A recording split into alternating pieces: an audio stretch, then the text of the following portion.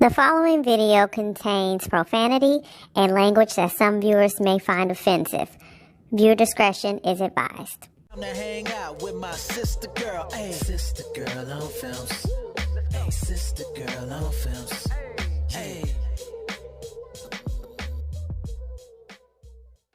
What's up, everybody? Welcome back to my channel. It's your girl, Sister Girl on Films, and y'all, it has been a minute since I have done one of these child, what is this videos, and how fitting that I've made my return with a damn Tyler Perry movie. I mean, shit. Me and Tyler Perry at this point, we got beef. She gonna have beef with me forever. Now, before I even get started, let me say this. Let me make this very, very clear. I am not a Tyler Perry hater, okay? The Family That Prays and Daddy's Little Girls, love them. Two of my favorite Tyler Perry movies. I think they are great movies. You throw it on right now, I'm gonna sit down, give me a little snack, and enjoy myself watching it. I'm all in. Tyler Perry's earlier stage plays, especially Madea Goes to Jail. Oh, Madea Goes to Jail, that is my shit. I want to make that very clear before I start this, because I'm not a Tyler Perry hater. The lies! There you go, this bitch. The lies.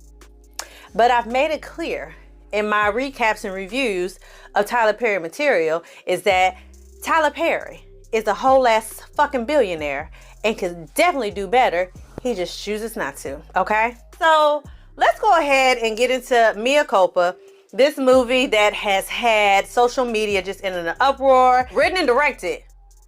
Written by Tyler Perry himself. So let's go ahead and get into it. So, boom. Movie opens up of a shot, wide open shot. I feel like it's the same penthouse that he used in Good Deeds. If y'all saw that movie, it feels like it's familiar. It might not be, but the show was given that. And so we see Mia, who is played by Kelly Rowland. Kelly Rowland, let me just get this out the way.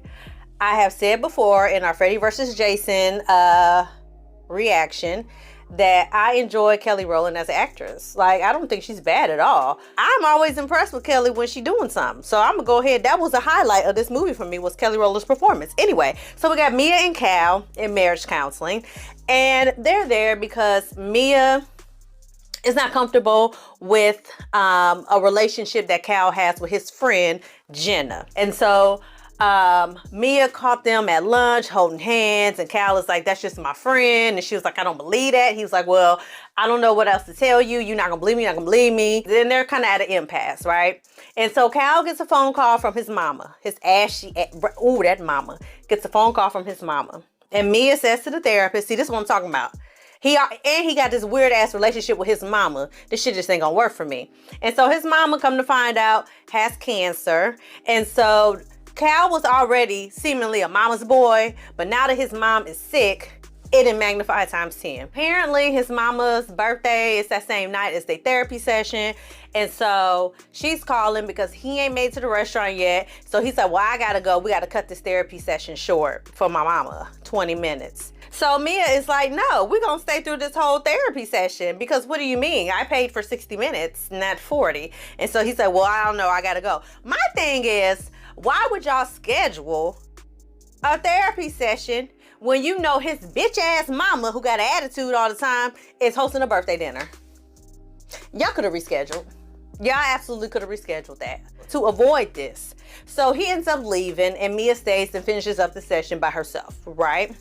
And so Mia gets to the restaurant. Let me repeat that. Mia gets to the restaurant. Picture this. Maggiano's, okay? She gets to the restaurant, okay? Olive Garden. Okay, picture it. You picturing it? You got it in your mind? You've been there. We all have, okay? And then we get to the to where the birthday dinner is happening. And the mama and the brother, the husband, the sister-in-law, the friend Jenna are all there with glasses in their hand, standing around the table. This is a restaurant, a public space. Why are y'all standing around this table like it's somebody's private house? And this is a dinner party. Nigga, this is Olive Garden. Sit the hell down. Please. If I was the waitress, can y'all sit down? I'm trying to deliver food to other people's tables. Because again, this is not a private estate. Tyler. So then the mama says, I have assigned everybody seating. Bitch, this is Applebee's. Why am I in it? And you could have did it. See, I get wrong because you never apologized.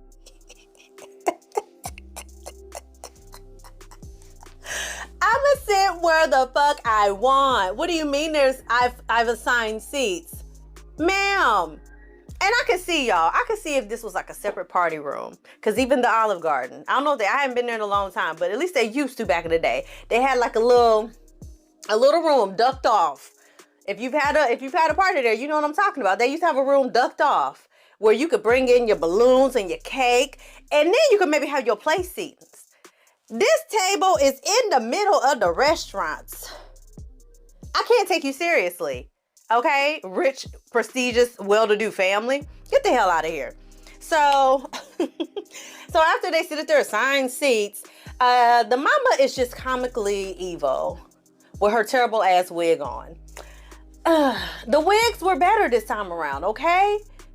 We're miles ahead of a fall from grace. We've arisen. We've ascended from grace at this point, okay? With the wigs, I was here for it. Everybody's wig was wigging except for that mama's.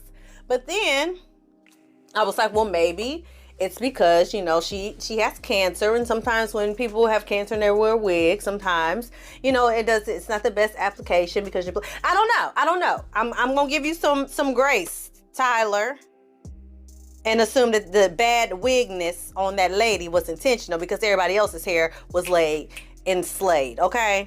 Mia's best friend, Charlize, is played by our girl M.I. Quicker letter, humpback, I, Mississippi Pride. Mississippi from P-Valley. I forget the actress' name, but my girl she's so beautiful. I just feel like God has favorites. God has favorites, and she's one of them, because beautiful, honey. So she plays Mia's best friend, who is also her sister-in-law by way of marriage, because she's married to Cal's raggedy ass brother Ray. And Ray and they mama is, like I said, they're comically Disney villain evil. Like, they obviously hate Mia. Mia did none of these people, to our knowledge, other than the fact they feel like she ain't good enough for Cal. Broke ass Cal. Broke ass Cal who ain't got no damn job, but lying to his family like he's still the man of the house. Child, get the hell out my face. And so after this awkward ass dinner where the mama is being rude, she done set the friend Jenna next to Cal. They talking about give Cal a hug and just being all dismissive to Mia. Mia and Cal are on their way home. And so at the dinner party, they presented gifts to the mama, and Cal done brought this expensive ass watch for his mama. Again, broke ass, I ain't got no job, Cal. And so Mia is like, that was an expensive ass gift. How you afford that? And he was like, well, I sold the piano. Skirt. What you mean? You sold a piano? And Mia, what you mean? You ain't noticed the piano was gone? I cannot. Y'all, I had to rewind that part back because I was like, I know I heard that wrong. You sold the piano? Mia, where you been? A piano ain't easy to miss. If I come into my foyer and there's a grand piano, and then the next day I come in and it's gone, I'm gonna notice it's gone. You're not tricking me. You don't put a couch there and I'm like, oh, something looks strange. I'm sure what it is, but I guess it's okay. No. Tyler. Explain? I don't know. Okay. So, of course, Mia's pissed because Cal then sold her piano to buy this raggedy ass watch for his mama. And so Cal is like, they're sitting in awkward silence. He goes to try to cut the music on, but the Bluetooth won't connect to his phone. So he thinks, and then Mia just pushes a button, it connects, and all is well. Foreshadowing. Okay. So fast forward, we get to Mea, who is a prestigious lawyer. Like, she's that girl. This is like literally like the daddy's little girls, A Fall from Grace. Every Madea movie where Tyler's a lawyer. Like, it's always a goddamn lawyer in these movies. Tyler, there's other professions, I promise. There's other professions than lawyer, okay? So, Zaire, who is played by Trevante Rhodes. He did. Now listen, not too much on that man, okay? Because he is a married man with kids. But also, what's up, Trevante? He's so fine, honey. But listen, that Mr. T haircut. So Mea meets Zaire in her office. And Zaire is this artist, well known. Like, he is that dude. But now he's in a lot of trouble because he's been accused of murdering his girlfriend. And apparently it was a heinous crime. So heinous, in fact, that there were bone skull fragments in the painting. We'll get there. We'll get there, okay? And so he's begging Mea to represent him because, of course, like I said, Mea is that girl. And she's hesitant because her brother-in-law, Ray, is the DA for the city of Chicago. Okay, he's the district attorney. So he's the one that brought up charges on Zaire. And so it would be a conflict of interest. And so Zaire said this line, and I had to run it back because not only did I have an issue with how Trevante Rhodes delivered this line, but also the line didn't make no damn sense, okay? So again, Mea says, Ray, whatever his last name is, Ray Schmurder, okay, is my brother-in-law. And the way he delivered this line was like this. I'm getting to Zaire's post. Brother-in-law. Then I assume you love your husband. Yes. What? At that moment, I stopped the movie. I said, who wrote this damn movie? Tyler damn Perry. Tyler, this movie is shot beautifully. I didn't even mention that. I meant to say that at the beginning. It looks beautiful. This is probably one of Tyler's most beautifulest movie thus far. It looks gorgeous. So we know you're a billionaire. We know that. Hire some writers for your movies. I'm sick of this shit. Moving on. So, Mea is still uncertain about representing Zaire, but she's considering it, but she doesn't want to ruffle no feathers. So Mea goes home and she's looking through the case files, trying to decide if she's going to take this case, take Zaire, as a client. And so her husband comes home and he snatches the case file out of her hand. It's like, I know your kid is looking at it. This is the second motherfucking time we done had a movie with some lawyers at home looking at confidential information in front of family members who are not a part of their legal team. Tyler, I know you got lawyers. No, matter of fact, you probably represent yourself. At this point, you ain't gonna hire no damn writers. You probably ain't hiring no lawyer for real. But let's pretend that you do. Ask them next time. Is a lawyer allowed to bring case files home, look at them on the damn dining room table, so their husband, kids, cousins, aunties, grandma, whomever can come in and just look at this confidential information and it's all right? Because it's giving ethical violation to me. I don't know. But Mea and Cal get into this whole argument because he's like, you can't take this case. I don't want you involved with him. He's a murderer, yada, yada, yada. Now, I will say, Tyler, this was a good scene. I'm going to give you your credit when it's due. Mea picks up a stack of bills and she was like, pick one. Pick a bill that you gonna pay with your no job having ass. She didn't say that. You should have wrote that in there, Tyler. Pick a bill. Pick which one you want to pay. Because if I don't take a case or I don't work because you say you don't want me to work, who gonna pay these bills? And so he was like, I mean, you're right. I'm sorry. She was like, yeah, I know. And he's like, but I just don't want you to get involved. Baby, you don't decide what I do around here. until you decide you want to start paying some bills, I'm going to make decisions up and through here. And so Cal tries to push the issue, and Mea just calmly says, pick one. I said, I'm not, you know what, in this moment, I don't even want to give Tyler the credit. Kelly, you get the credit because you delivered the hell out them lines. You brought the lines to life, honey. Pick one. I said, oh, but he go ahead, skirt his ass on about that kitchen, and she gave a look of like, that's what I thought, bitch. So Mea goes to Zaire's loft. She's going over all the evidence that they have so far and trying to explain to him why this would be such a difficult case. They show this picture, okay? What the hell is this? Tyler, what is this? What am I even looking at? I had to pause it. I'm trying to zoom in. I hope y'all can tell me what I'm looking at.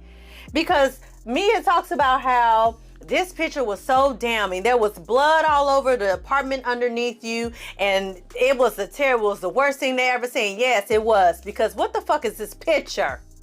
And so Mea is walking around the loft, and she's like, so they say that she was hit so hard that there were skull fragments in the painting. First of all, say that one more time. There were skull fragments in the painting. How the fuck are there skull fragments in the painting? Are you telling me he bashed her skull in, added the fragments into his paint, and then began to paint a picture with the fragments in the actual paint? Because I think you're trying to say there were bone fragments, skull fragments on the painting. Not in it. Can't be in it. On it.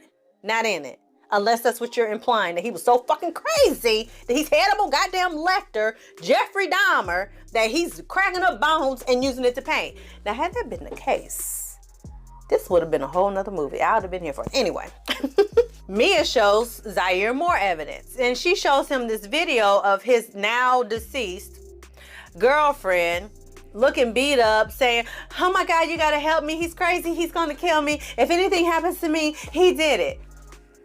And she's like, this is pretty damning evidence. No, the fuck it's not.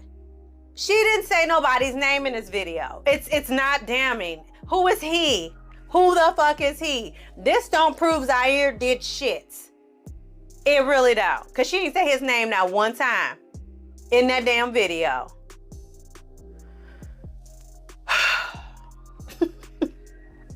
So Mea is still like, I don't know if I'm going to take this case. I can't guarantee you nothing. This is going to be a really hard case.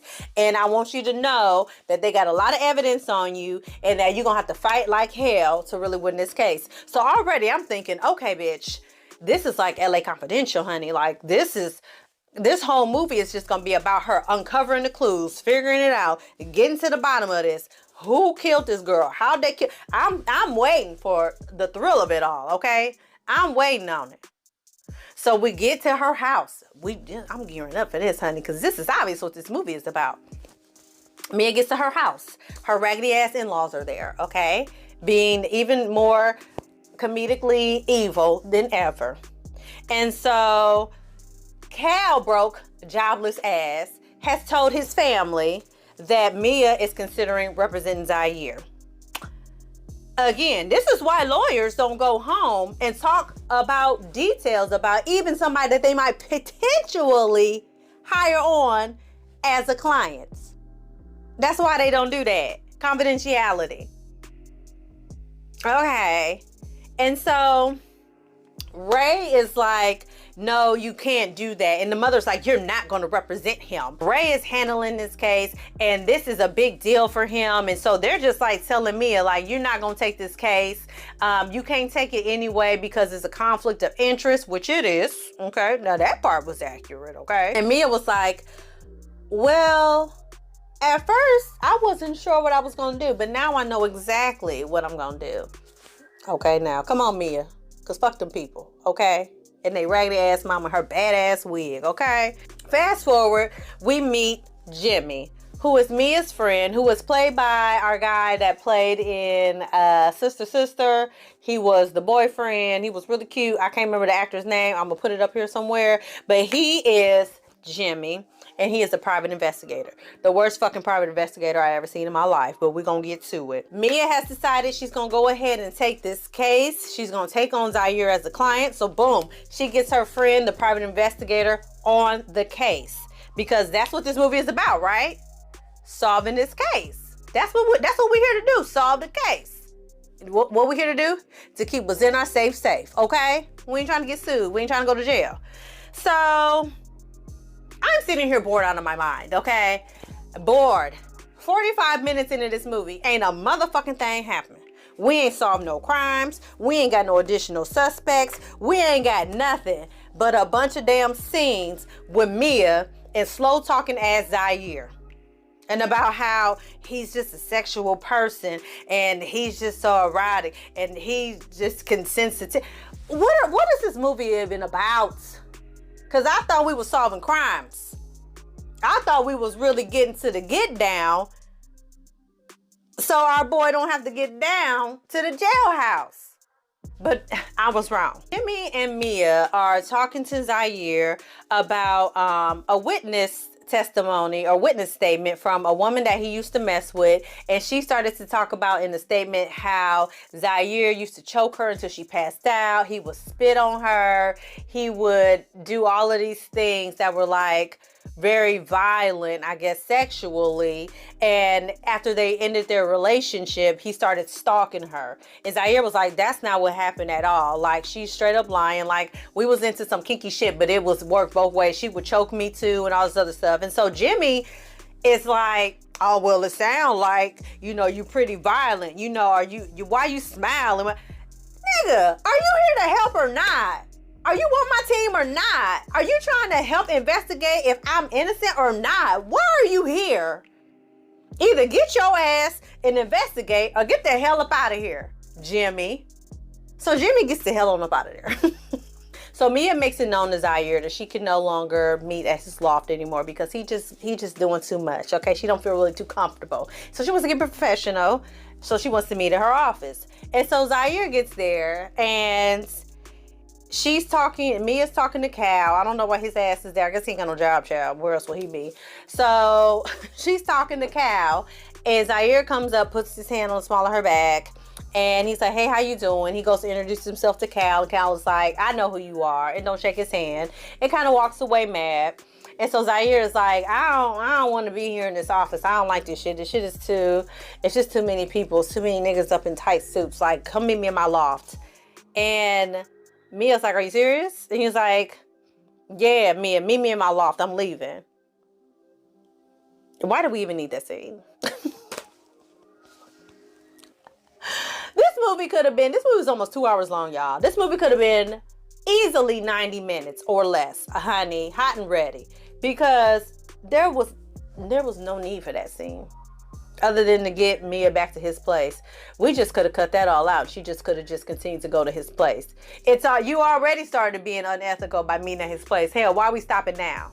You know what I'm saying? So once Mea goes back to Zaire's place at night, because she keeps going there at the middle of the night instead of the daytime. Like, girl, okay. So she gets there, he's doing a painting, and so she's talking to him, and he's asked about her marriage, and she's like, you know, it ain't really none of your business, and like, he really can't, he's like, I can't have you as my lawyer if I can't trust you, if I can't talk to you. And so she's like, well, I don't know what to tell you. And so he tells her, well, sit down, and he tells her to close her eyes.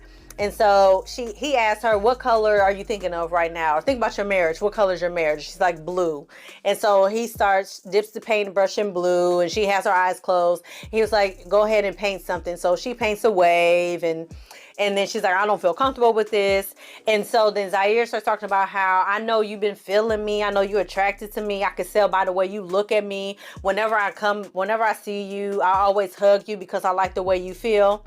Nigga, when did you hug her? I don't remember seeing that. Maybe I looked down at my phone. I don't remember seeing y'all hugging. I remember you coming up behind her, touching the small of her back, but I don't remember you hugging her. Child. Okay. And so Mea is like, you know, this is wrong. You know, I am your lawyer. You know, you are a womanizer, Zaire. You know, the what do they call him? Like, the lady killer, like the murderer artist or some shit. And I'm like, is he a serial killer? Or did he just murder this one lady, allegedly? Because right now, y'all making it seem like he didn't kill millions of women. I'm just saying, the way it was worded, it was like he has his reputation of being this way. Does he? Or did he just kill this one person? And now, and we still ain't found nobody, allegedly. Okay, we just saw the bone fragments in the paint. So because Mea does not want to sleep with Zaire, he says, well, I need a new lawyer, because if you ain't gonna be honest about the fact that you want to fuck me, you can't be my lawyer. Sir, what? What you've just said is one of the most insanely idiotic things I have ever heard. Tyler, what are y'all talking about? Like, I get it. I saw a comment where somebody was like, y'all just ain't ready for a black erotic thriller. What? First of all, where the fuck are the thrills? Just because you put in a score that's supposed to be thrilling does not a thriller make, okay? Baby, so let's stop acting like this is a thriller, because there were no thriller elements in this at all. We are an hour into this movie and ain't got no new evidence to prove Zaire's innocence. So y'all can cut the shit on that. And then, I don't give a shit who is directing it. Make it make sense. Why the hell would Zaire say, well, even though you have said Mea is the best fucking lawyer, she came heavily recommended by this man, this Italian man with this terrible ass accent. I didn't even talk about him, honey. And the fucking Sopranos, highly recommended. So why would you risk the best lawyer in town because she don't want to fuck you? I do not understand. There's a fine line between eroticism, fantasy, and fuck shit. Guess what side you on? So after Zaire declares that he wants a new lawyer because she don't want to admit that she's attracted to him, he says that he needs to go dancing. And so Mea is like, what? You can't leave. I don't want to hear that shit, Mea. Get your shit, get out my place. I need to go dancing. So I'm like, this nigga about to go, cause he bad? He about to go do this? But come to find out, dancing is just code for a sex party. So in his big ass loft establishment, he goes down to the basement into this like sex party that just so happens to be in the basement of his building. Why was this necessary, Tyler? What specifically did this do to move our plot along? Because we've already established, according to everybody else, Zaire is a sexual deviant. According to y'all, okay? Because he likes to choke and spank and pull the hair. So now we've already established that. Why are we having this random ass sex scene in here that does absolutely nothing? Just because you want to be edgy now? Get the fuck out of here. Mea is like still thinking about Zaire, so she goes back over to his place, and while she's over there, Zaire apologizes to her for, you know, how he acted towards her, and so she's like, you know, it's all good, yada yada, and then all of a sudden this naked girl just comes out of nowhere. It's like, hello, hi, my name is Jennifer. I don't remember what her name was. And Zaire, she goes to try to shake Mea's hand, and he's like, oh, don't bother introducing yourself. She's not gonna stay. And so they walk away, not far, just over to the other side over there. And then this girl drops down on her knees and starts giving Zaire the sloppy toppy. And again, I guess this was supposed to make us feel like Zaire is like crazy, I guess. I don't know. But Zaire is like getting topped off. Mea leaves, tries to leave, and Zaire won't hit the switch for her to leave. And so she's just sitting there watching him have the filet put on him. But I'm also like, Mea, you have the option just to turn around. Like you can, this exists. This happens. If you don't have hands, you can do this. This exists too. Or just, I turned down because I don't want to see it. So all those options absolutely exist. But no, Mea stayed and watched, you know, until Zaire decided he was ready for her to go. So after Zaire makes Mea watch him get in for Lele, Jimmy calls her and is like, Mea, I'm so sorry. I didn't want to tell you this way. She's like, what the hell is you talking about? He's like, oh, you didn't get my email or my video, whatever the fuck. He sent her a picture. And so she looks at it, and it's a picture of Cal and Jenna going into a hotel room. And Mea is distraught, and she's like, oh my God. And Jimmy is like, I'm so sorry. He tells her what hotel they're at, what hotel room. And so Mia's distraught. Like, she already has seen how Jenna and Cal be flirting. They be playing video games together. Mea has had enough, okay? So now Mea goes back up to Zaire's loft. And this is when things get gross for me. So she walks back in, and I did appreciate another shout out to you, Tyler. Okay, I appreciate some of the different camera angles and things that Tyler incorporated into this movie. There were a couple of shots where I feel like he was testing something out, and it worked okay. There was one shot where he was looking through like the painting at Mea and Zaire, so I appreciated that. And then also this shot where Zaire is looking, the girl is on top of him, hitting him cowgirl style, okay, riding him cowgirl, okay. And so his head is kind of off the bed, and he's looking, and he sees Mea coming in, and the way the camera is shot, it would be how his view would be of her being upside down. So I wasn't mad at that. So shout out to you, Tyler, for taking some chances on these different camera angles. I'm not mad at it, player. Hire some fucking writers and we could be on this. Let me not start, okay? Zaire dismisses this girl immediately off his penis. Up and at him. I don't know if they got a condom on or not. Based on what y'all said about Zaire, I'm sure he was raw dogging this girl. He loves to see women in pleasure. The likelihood that he, you know, ate the box is 10 out of 10 in my opinion. And what does Mea do after this girl hops off his dick? She starts tongue kissing this man. I've never been so disgusted in my life. Tyler, listen, Tyler. No, absolutely not. That's not erotic. It's gross. It's nasty. It's 2024. It's gross, okay? And so Mia's kissing him. Ew. Gross. And so she's like, no, I can't do this. And so Zaire goes, he puts on pants over his he didn't shower, okay? No shower was involved here.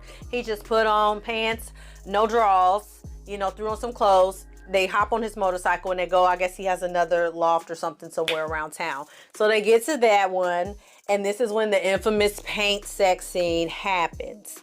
I'm still grossed out by the fact that you was just fucking another chick, and now you're fucking Mea. No bath has happened in between time. And where did the girl go? Did she go home? Is she still in the loft? What is she? Okay, no question. She's the neighbor. Maybe she just went home naked. The way these lofts are set up is not given. I can just go. I don't know. Anyway, never explained. We never seen her again, okay? So we get to the infamous paint sex scene, and y'all really be gassing stuff. Y'all really be gassing. Now, I will never turn down an opportunity. No disrespect to you, Mrs. Rhodes, okay? But I will never turn down an opportunity to look at a naked Trevante Rose, okay? I'll never pass it up. I'm signing up for that every single time. However, this sex scene was not given like y'all said it was given. They're done having the sexuals with all this paint, which I hope it's sex paint, because if not, my girl gonna have a bad case of a yeast infection or BV or something. I mean, I feel like you automatically gonna at least have BV, because this man done hopped up out of one vagina into another one with no switch up in between. It just was none, okay? So we're a whole hour into this movie to get to that. I talked about the sex scene in Love Jones, how that was one of the best sex scenes in cinema, in my opinion, because it ain't gotta be gratuitous. It don't gotta be all that. It's gotta be like sensual, and you gotta see their faces, and the actors gotta give you that, in like the close-up shots of them looking like they are in ecstasy. That's what sells a good sex scene. I mean, if you're gonna do gratuitous, do gratuitous. Because 365, if y'all saw my bad movie review of that, had a scene of Massimo spitting on Laura's vagina. Yes.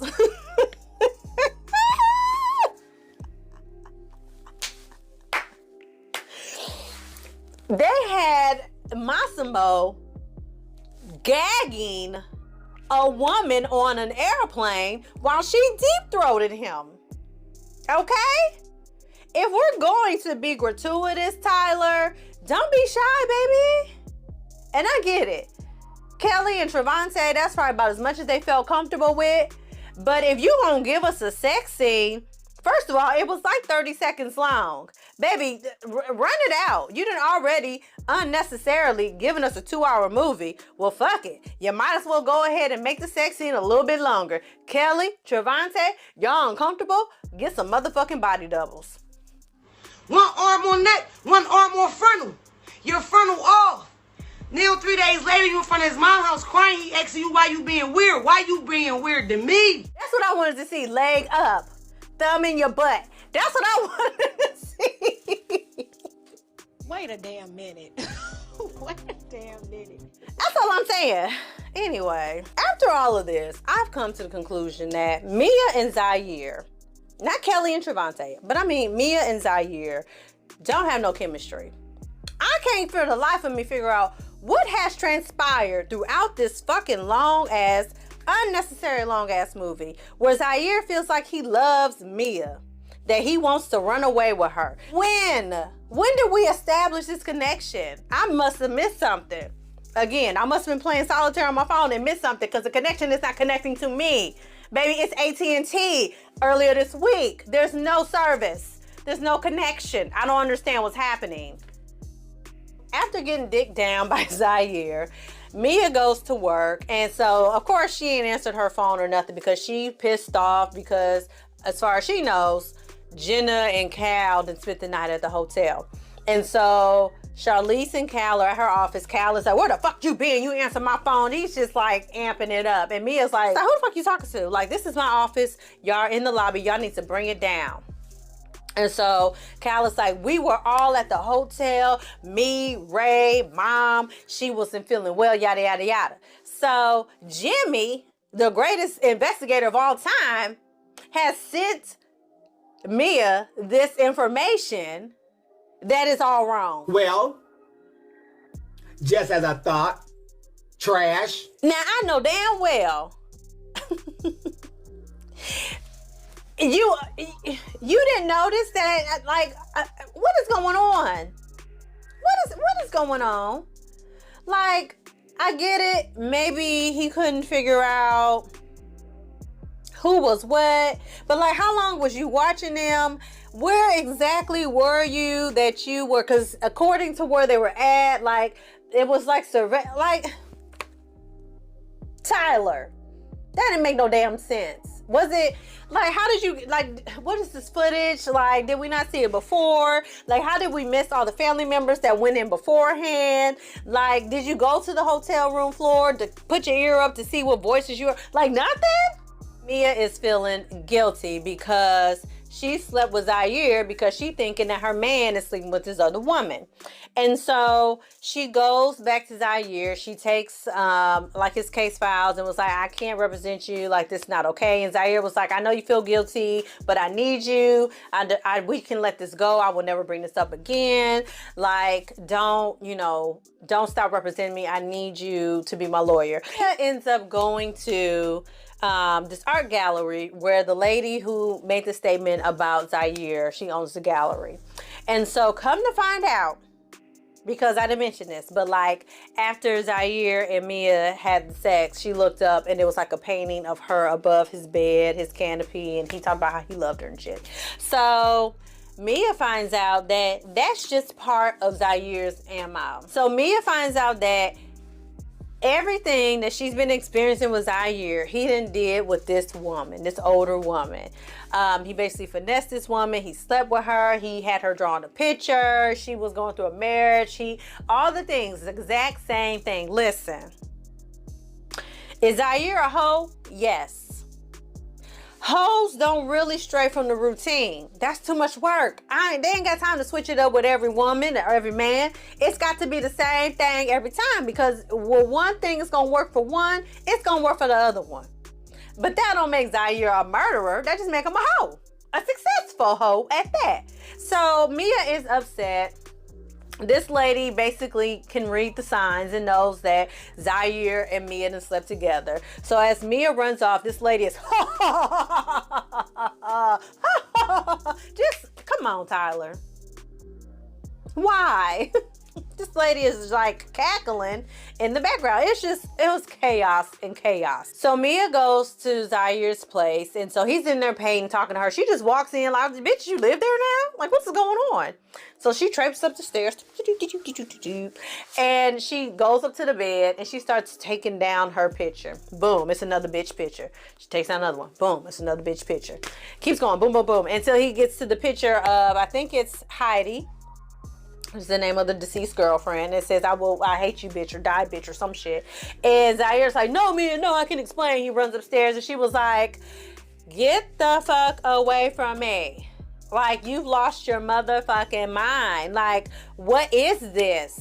And so they're going back and forth. He's like, Mea, I love you. She was like, she gets on the elevator. She was like, hit the motherfucking button, nigga. And he's refusing to, and he's still trying to get her, and he's like, I need you, it's not what you think. And she's like, hit the fucking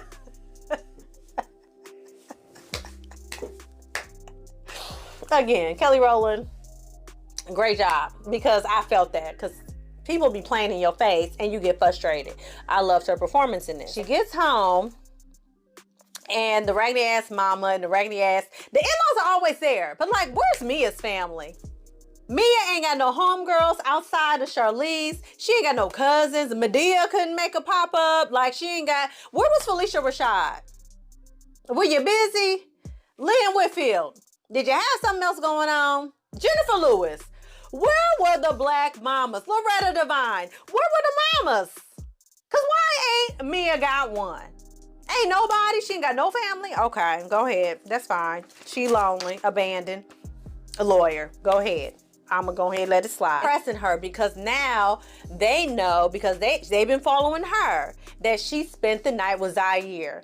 And so they kind of forced Cal, and Cal is like, don't lie to me, Mea, where the fuck you been? She was like, lying? You want to talk about lying? You want to talk about mamas?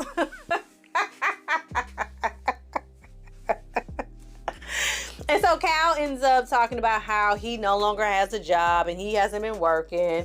It really don't do nothing. His family don't really give a shit. Mama's basically like, you have ruined my son. You have cheated on him. You need to get the fuck about this house, bitch. You're not part of his family. Yada yada. This kicks Mea out. After all of this shit done unfolded, Mea's whole life is just spiraling. She decides, I can't take this shit. I need to go on vacation. So she goes to the Dominican Republic, okay? And so while she's there, she's running along on the beach, and she passes by a girl. And Mea's like, wait, I know you. And I'm thinking, I know you fucking lying. Bitch, it's fucking Heidi, the dead girlfriend. Oh my God. And so these bitches is running through the goddamn...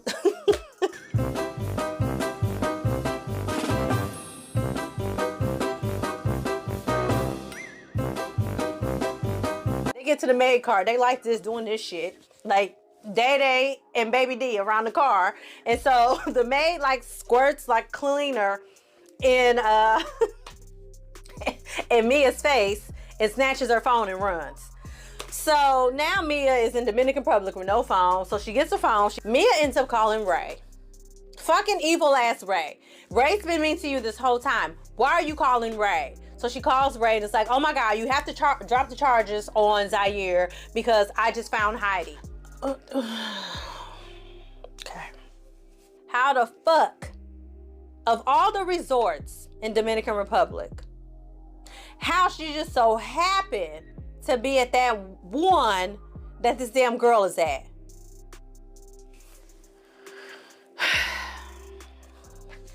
And if y'all paid this girl off, why is she working as a fucking maid in the Dominican Republic?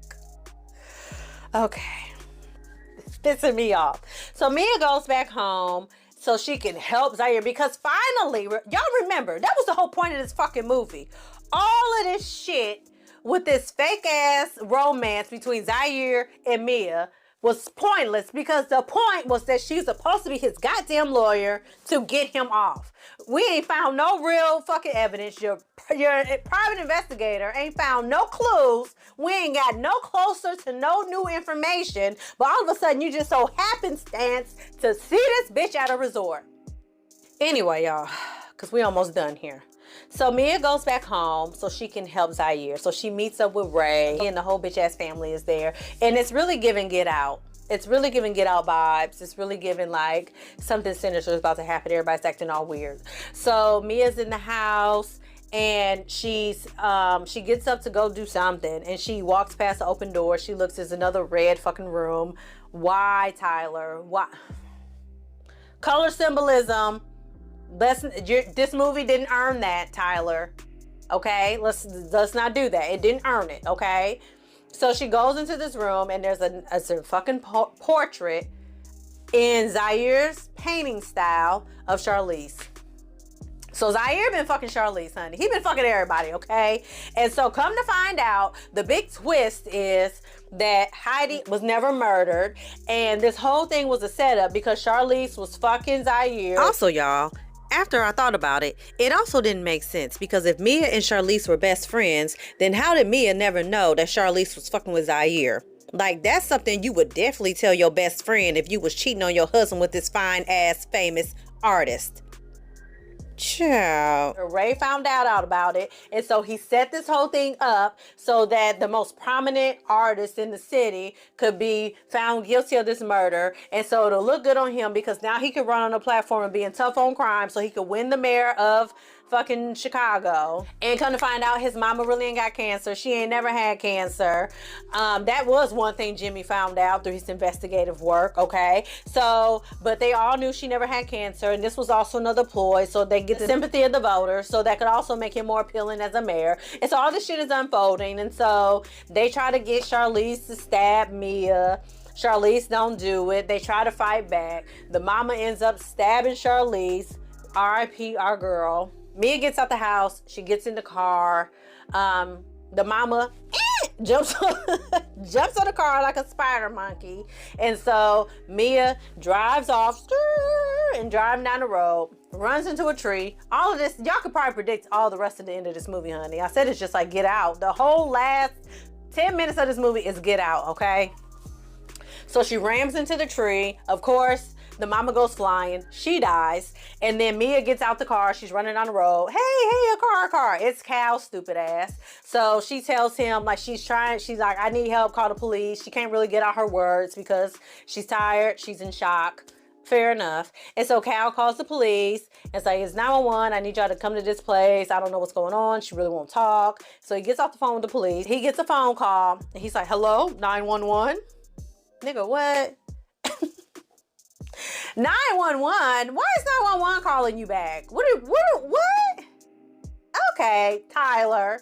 And so all of a sudden his mood shifts. He's like, I understand. So obviously it's probably Ray. And so I told y'all foreshadowing in the beginning. So Mia hits the button, Bluetooth connects to the car, and so you hear Ray saying, bring her back, she knows everything. Cal turns into the evil Cal that I guess he's always wanted to be, and he's like, my mom was always right about you. She always said you were too strong for me. You know, Ray told me I should have put my hands on you to put you in your place.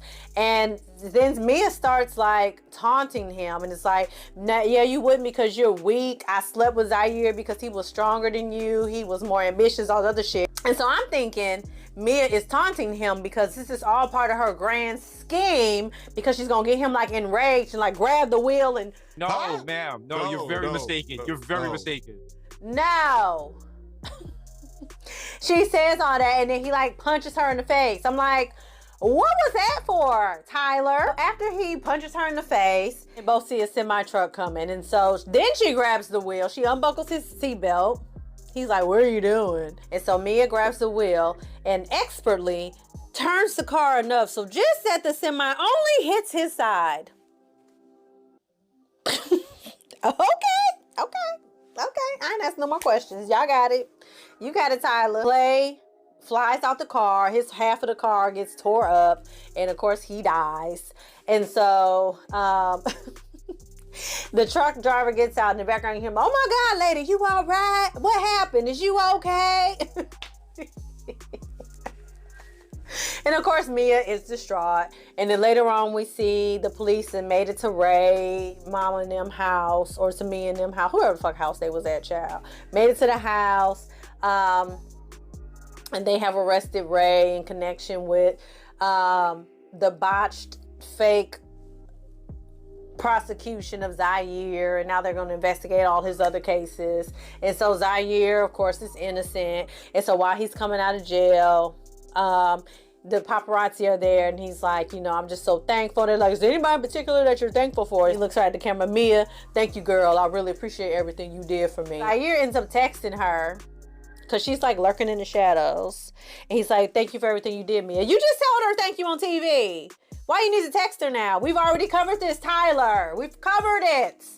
So she looks at it and just throws the phone away and just walks on down the street with her little scarf on. And why are you incognito?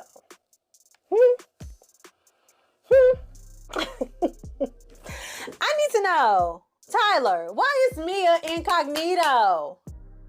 Why? She's not under investigation. She didn't do anything wrong. This is a case that she broke. It will give her notoriety.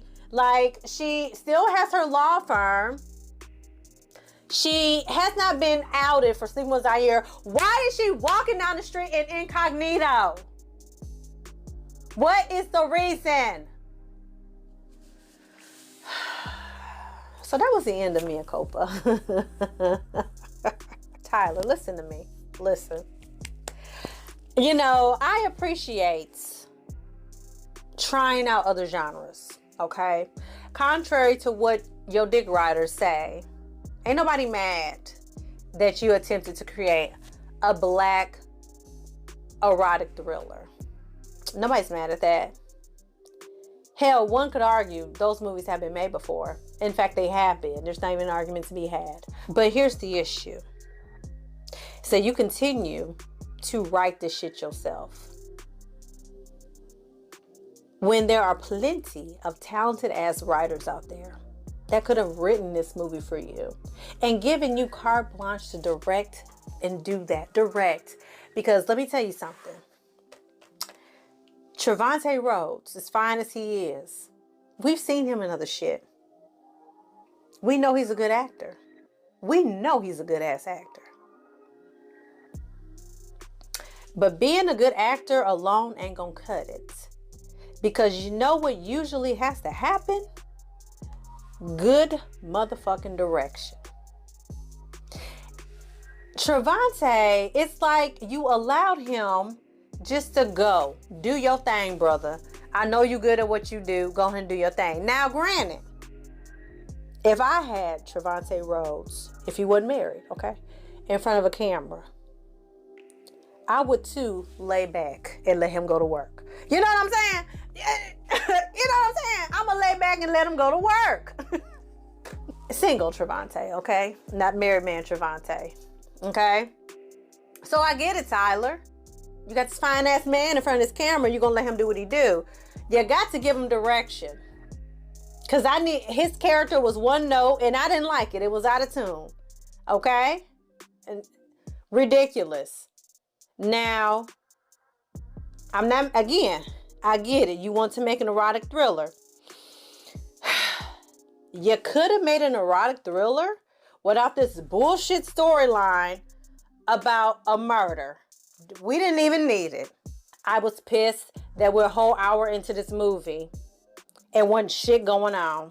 Okay, a whole hour. Ain't no good reason why this movie needs to be 2 hours long. Wasn't none. Okay? Charlize, waste of a character. Why are you even in here? Why are you in here? Jimmy, why are you in here?